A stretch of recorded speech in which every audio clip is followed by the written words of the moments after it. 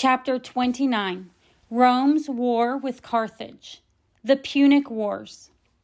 Rome took over all of Italy, but the Romans still weren't happy. They wanted more. Unfortunately, another city, Carthage, also wanted more. Do you remember reading about Carthage? The Phoenicians built the city of Carthage on the northern coast of Africa. They sailed their trading ships in and out of Carthage for hundreds of years. Carthage made a lot of money, trading with cities all around the Mediterranean Sea. They wanted to keep on trading with these cities, and they didn't want Rome to get in the way. But the Romans also wanted to trade with these cities without Carthage interfering. So Rome and Carthage began to fight. They fought for years and years and years. These wars were called the Punic Wars. They began in 264 BC, and they didn't finally end until 146 BC, over 100 years later. At first, Carthage had the advantage because it had a navy, soldiers who knew how to sail ships. Rome didn't have a navy. But when a Carthaginian ship wrecked on the coast of Italy, the Romans took it apart and figured out how to copy it. They built ships of their own and learned how to sail them. Soon the Romans could match the Carthaginians in a sea battle. But Carthage was a tough enemy. The Romans had to work hard to beat them. They made lots of sacrifices to their gods, asking for victory.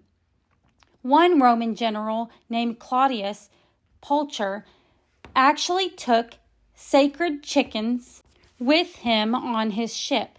He hoped that the sacred chickens would give him good fortune in battle.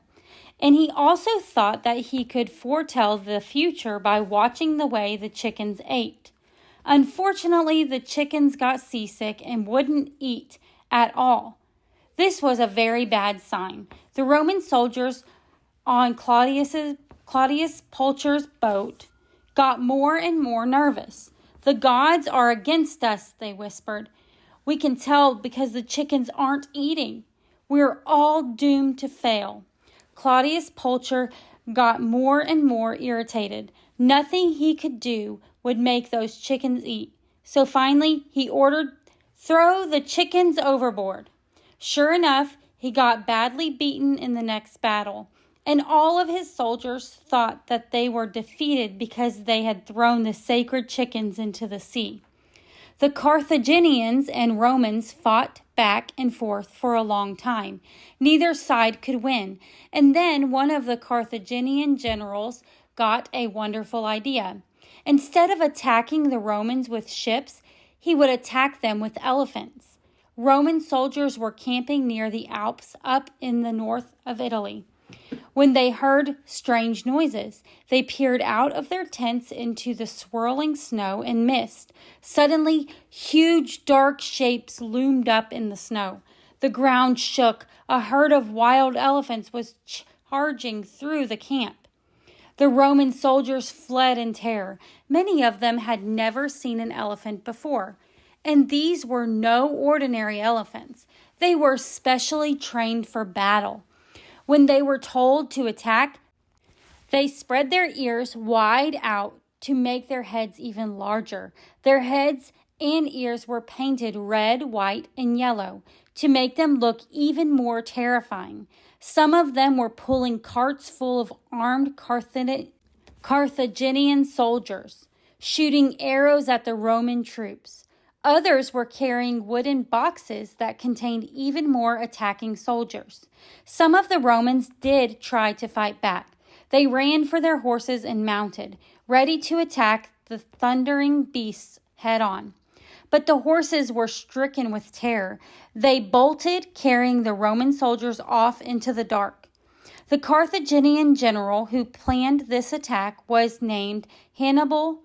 Hannibal saw that the battle between Carthage and Rome at sea was a stalemate. No one was winning.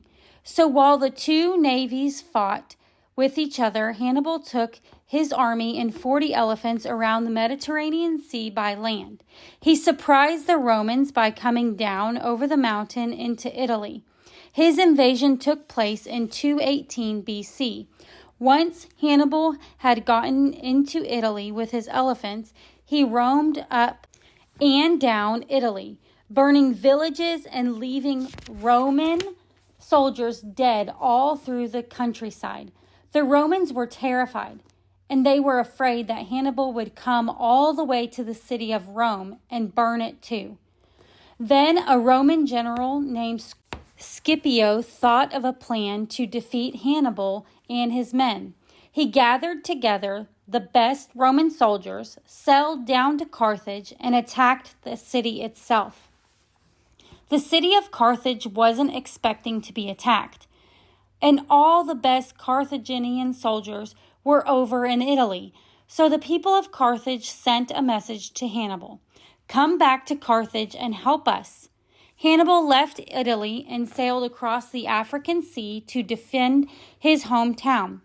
But his soldiers were so worn out from burning and sacking towns in Italy that they were defeated. Hannibal himself ran away and hid in Asia Minor. Finally, the city of Carthage was forced to surrender to Rome. When Hannibal heard this news over in Asia Minor, he drank poison. He could not bear to think that his great city, Carthage, had been beaten by the Romans who were afraid of his elephants.